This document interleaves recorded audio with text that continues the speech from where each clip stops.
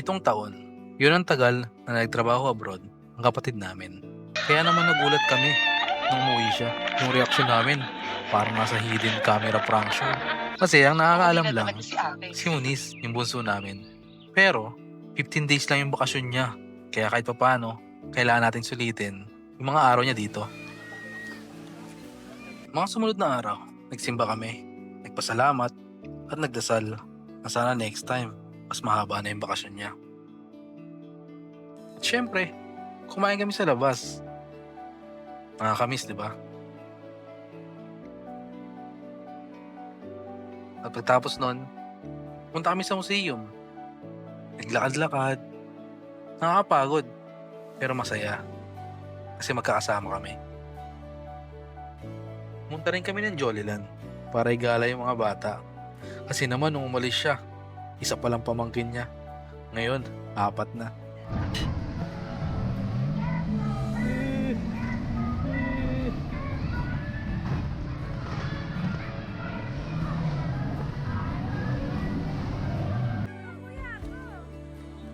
Siyempre, nag-swimming din kami.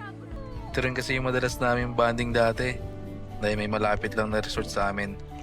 Ang saya ng ganito.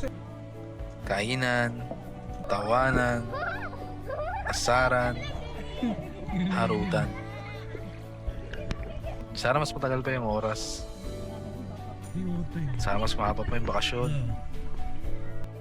Para mas marami pa tayong bonding na magagawa ulit.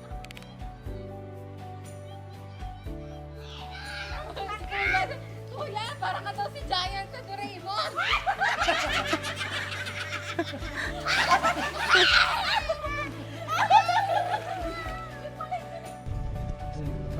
Pero tulad ng lahat ng masayang bakasyon, may ending.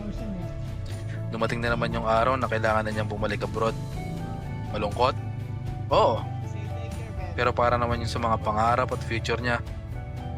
Ang mahalaga, nagawa ulit kami na masasayang alaala